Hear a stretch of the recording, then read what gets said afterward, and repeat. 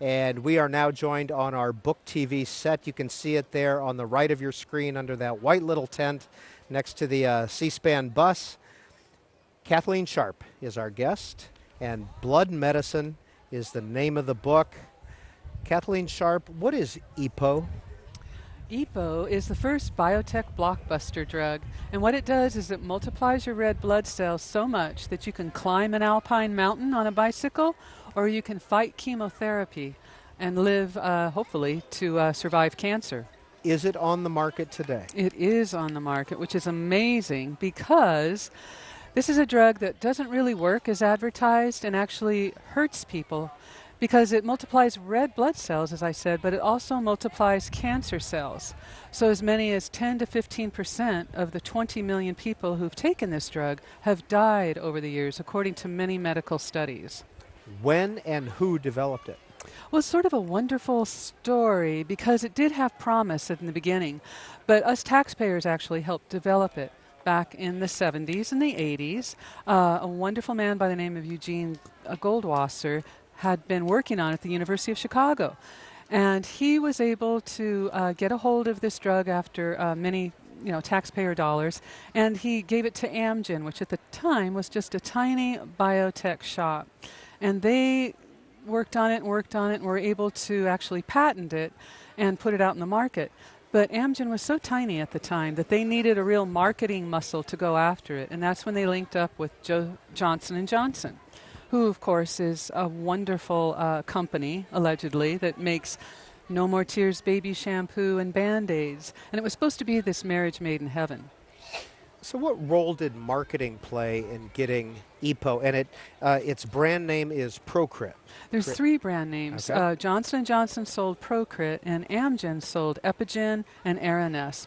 And these were multi-billion-dollar drugs, I should add, that just really soared. And the reason it soared is all because of marketing.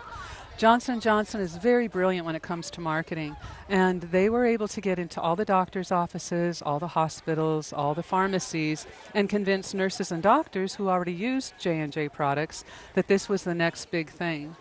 But as time went on, Amgen and J&J kept fighting for market share, and it became not only a huge bestseller, but a pretty vicious competitive deal between the two companies. Who was Mark Duxbury? Mark Duxbury was one of the top salesmen at J&J, and he was a very charming guy, who loved to tell jokes to the nurses, and he wore these wacky ties that would sort of break ice. And he really believed in the goodness of this drug. He thought it would help people because what you had was a lot of people who were undergoing blood transfusions, and that, of course, is very painful. But if they could get one shot of EPO, they were good to go for a month or so. And so Mark was slowly but surely trying to sell doctors on this. But what he did was, at the time he didn't realize this was illegal, but he would pay doctors to speak highly at various conferences, or he would pay doctors to fly around the country to speak at other conventions. He would reward doctors with free drugs, knowing that they were going to bill Medicare and Medicaid for the top dollar. And at some point he said, wait a minute, this is wrong, it's illegal.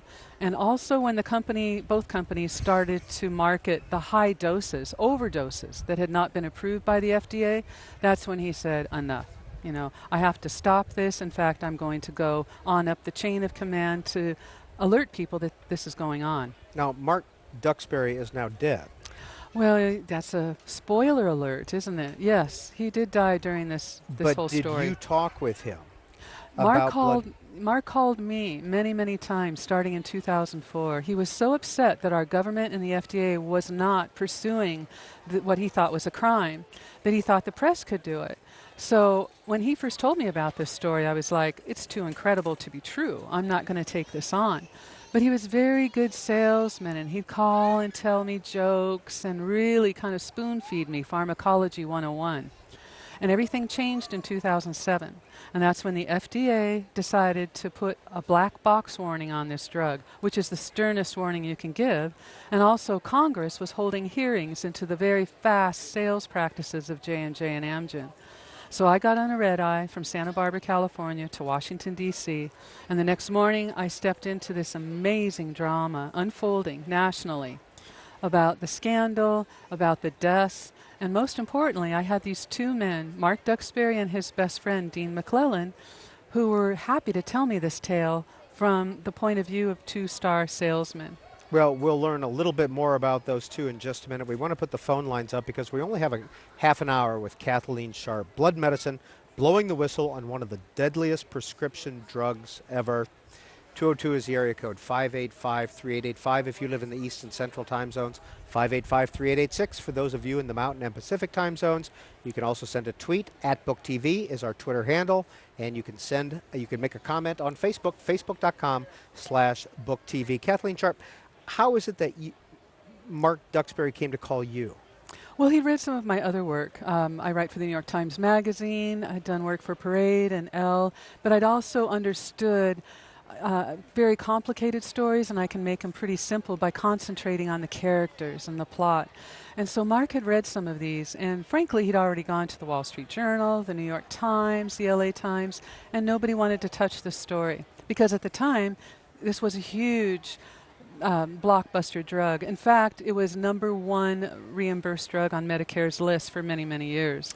How much did Medicare pay? How much has Medicare reimbursed people Right. Medicare has reimbursed this drug for $100 billion over the last 20 years, which is really astonishing when you think of this is a drug that never claimed to cure a disease and never really worked as advertised. And actually, the FDA has said, patients, do everything you can to stay off of this drug. And many people have pulled back, including the doctors who are earning a lot of money. Well, then why hasn't the FDA outlawed it or banned it? You would think that the FDA would actually yank it from the shelves, but what we have right now is a sort of for-profit system in medicine. The companies are very astute and very clever with lobbying.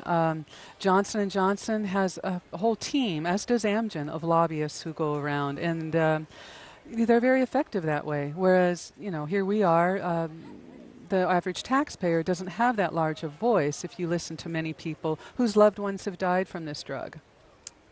You fly to Washington. What happens? I fly to Washington. I walk in. There's a packed room at the FDA meeting, and I listen as people who've lost their loved ones testify about this drug and how they had no idea that they should have signed consent forms to allow their loved ones to be injected with this drug. They had no idea that they were getting the high dose and not the FDA-approved dose. The stories were astonishing. And there was one woman in particular that I met who lost her high school sweetheart, Jim Lennox.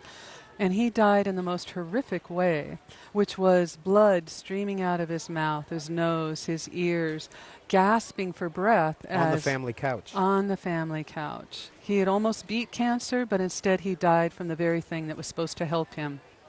And she and you attribute his death directly to his use of EPO? She definitely does. She's talked with doctors and scientists who also agree with her. And the sad thing about this particular case is that Sharon Lennox did not have enough money to go get an autopsy of her husband.